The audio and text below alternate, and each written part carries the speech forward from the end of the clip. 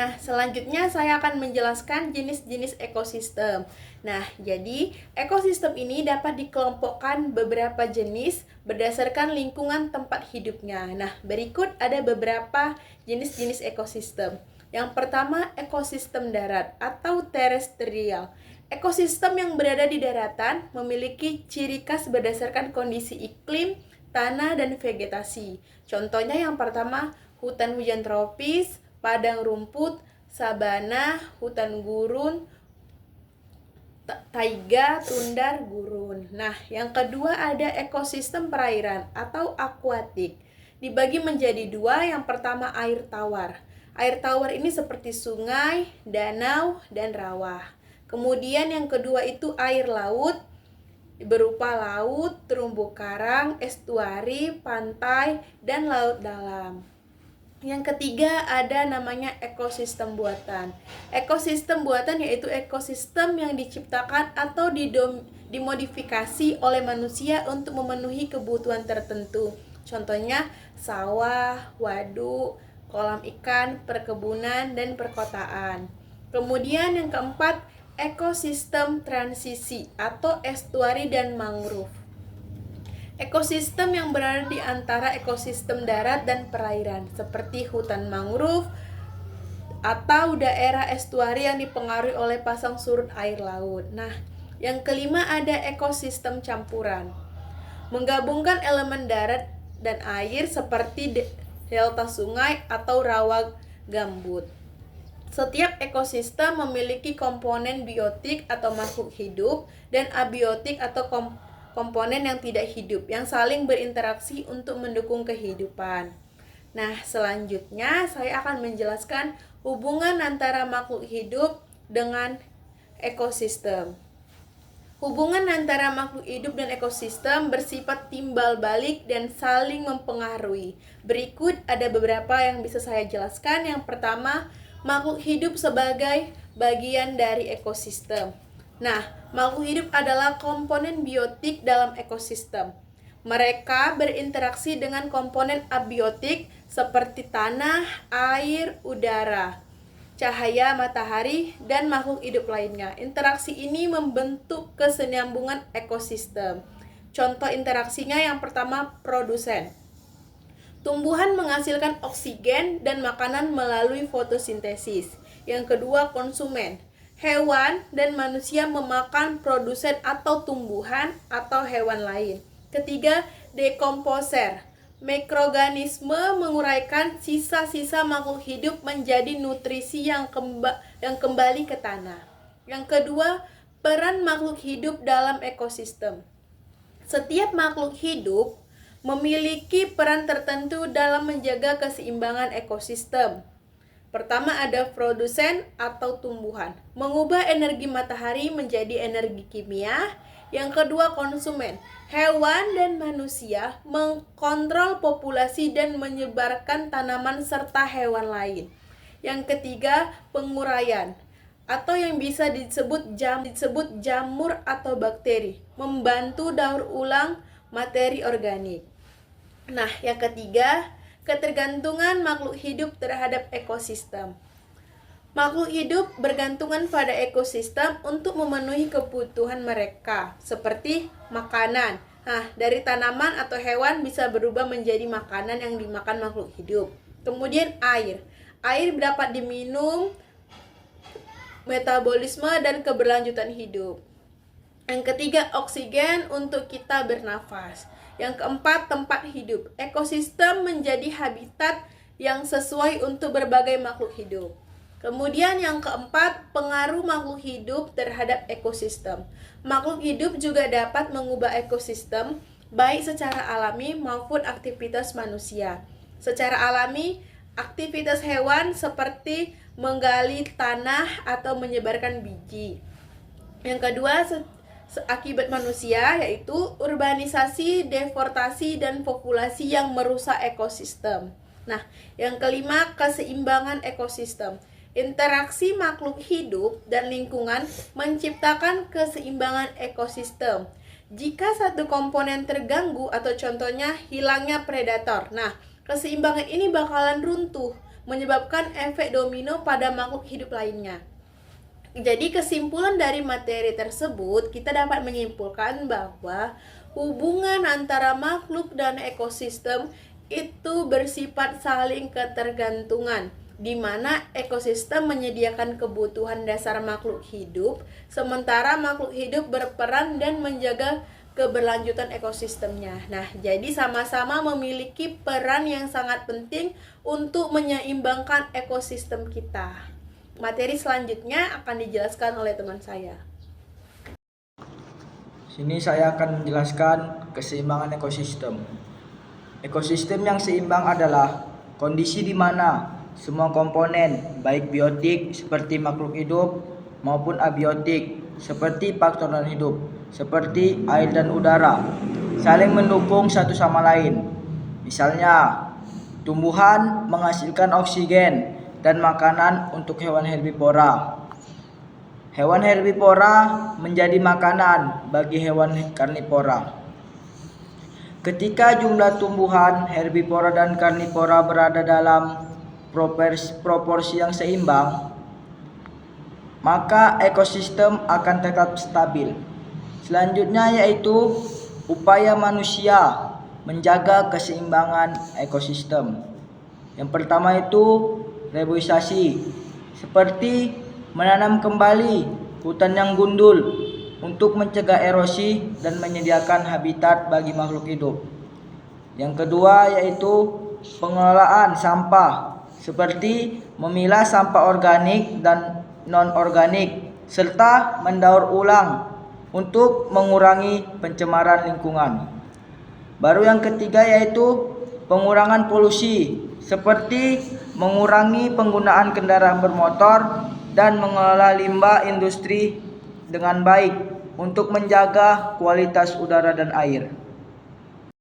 Di sini saya akan menjelaskan dampak kerusakan ekosistem. Yang pertama itu kehilangan keanekaragaman hayati, seperti spesies flora dan fauna punah akibat habitat yang rusak. Kemudian mengganggu keseimbangan rantai makanan. Yang kedua yaitu bencana alam yang lebih parah, seperti longsor, banjir, dan kekeringan terjadi lebih sering akibat kerusakan hutan dan tata air. Kemudian kerusakan mangrove meningkatkan risiko abrasi pantai.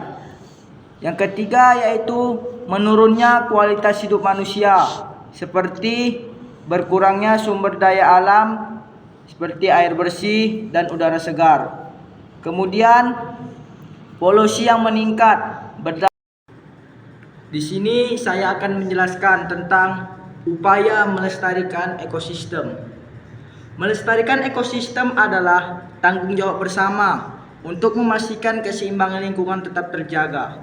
Berikut beberapa upaya yang dapat dilakukan. Seperti yang pertama itu pelestarian habitat melalui reboisasi atau penanaman kembali hutan yang gundul. Lalu perlindungan dan pengelolaan kawasan konservasi seperti taman nasional dan cagar alam. Yang kedua yaitu pengelolaan sumber daya alam secara berkelanjutan. Seperti contohnya itu menggunakan sumber daya alam secara bijak tanpa merusak lingkungan. Lalu yang ketiga yaitu upayanya yaitu mengurangi polusi, seperti membatasi penggunaan bahan kimia berbahaya di pertanian dan industri. Lalu yang kedua yaitu mendorong penggunaan energi bersih seperti tenaga surya dan angin. Nah, selanjutnya peran manusia dalam ekosistem. Manusia ini memiliki peran yang sangat penting dalam menjaga keseimbangan ekosistem. Peran tersebut meliputi yang pertama sebagai pelindung. Nah, manusia dapat melindungi lingkungan dengan membuat undang-undang lingkungan dan menciptakan taman nasional dan melindungi hewan atau tumbuhan yang hampir punah. Nah, kemudian yang kedua sebagai pengelola. Manusia bisa mengelola sumber daya alam dengan bijak, seperti mengatur pola tanaman di pertanian atau memanfaatkan energi tabarukan. Kemudian yang ketiga, peran manusia sebagai pemanfaatan. Manusia menggunakan sumber daya alam untuk kebutuhan sehari-hari, tetapi harus dilakukan secara bertanggung jawab agar tidak merusak ekosistem. Nah, kemudian ekosistem di lingkungan sekitar. Berikut ada beberapa contoh yang akan saya terapkan di lingkungan sekitar siswa untuk mempermudah pengamatan. Nah, yang pertama ekosistem hutan, yaitu tempat berbagai jenis hewan seperti seperti eh, seperti burung, harimau, dan monyet serta pohon-pohon besar. Kemudian ekosistem perairan. Nah, ekosistem perairan ini seperti sungai, danau, ataupun laut yang menjadi habitat ikan, kepiting, dan makhluk hidup air lainnya. Kemudian ekosistem pertanian. Nah, di ekosistem pertanian ini meliputi sawah dan kebun tempat manusia menanam padi, jagung, atau sayuran, serta tempat makan ternak hewan ataupun seperti ayam ataupun sapi. Nah, ada manfaat keanekaragaman hayati bagi ekosistem. Yang pertama, sebagai sumber makanan, obat-obatan, dan bahan baku industri. Yang kedua, menjaga kestabilan ekosistem seperti mengatur siklus air dan udara. Ketiga, memberikan keindahan dan memanfaati pendidikan. Nah, ada juga ancaman terhadap keanekaragaman hayati. Yang pertama, penebangan liar, pemburu hewan, dan pembangunan yang tidak ramah lingkungan. Nah, dengan ancaman seperti ini akan merusak keseimbangan ekosistem. Nah, kemudian ada beberapa tindakan sederhana untuk kita melestarikan ekosistem. Nah, yang pertama, tidak membuang sampah sembarangan. Kedua, mengurangi penggunaan plastik sedia pakai. Yang ketiga, mengikuti program daur ulang di sekolah. Dan keempat, ikut serta dalam kegiatan penghijauan lingkungan sekitar. Nah, dengan melakukan hal-hal seperti itu, ekosistem kita akan menjadi lebih baik lagi. Nah, kemudian kita juga bisa mengamati kasus ekosistem lokal. Nah, kita bisa mengajak teman-teman kita untuk mengamati ekosistem yang ada di sekitaran sekolah kita ini. Nah, langkah-langkah yang pertamanya itu kita harus memilih lokasi seperti tanaman atau sawah atau kolam ikan yang terdekat dari kita nih. Nah, kemudian kita mengamati komponen biotiknya atau makhluk hidup dengan abiotik benda yang tidak hidup. Kemudian kita gambar nih rantai makanan yang ditemukan. Kemudian kita juga setelah kita tahu menggambar rantai makanannya, kita bisa mencatat instruksi antara makhluk hidup. Misalnya semut yang mencari makan, dan kita bisa mendiskusikan hasil pengamatan kita. Nah, yang pertama, apa yang kita pelajari dari ekosistem tadi? Kemudian, adakah potensi kerusakan jika kita tidak mengatasi hal-hal tersebut yang menjadi kerusakan ekosistem?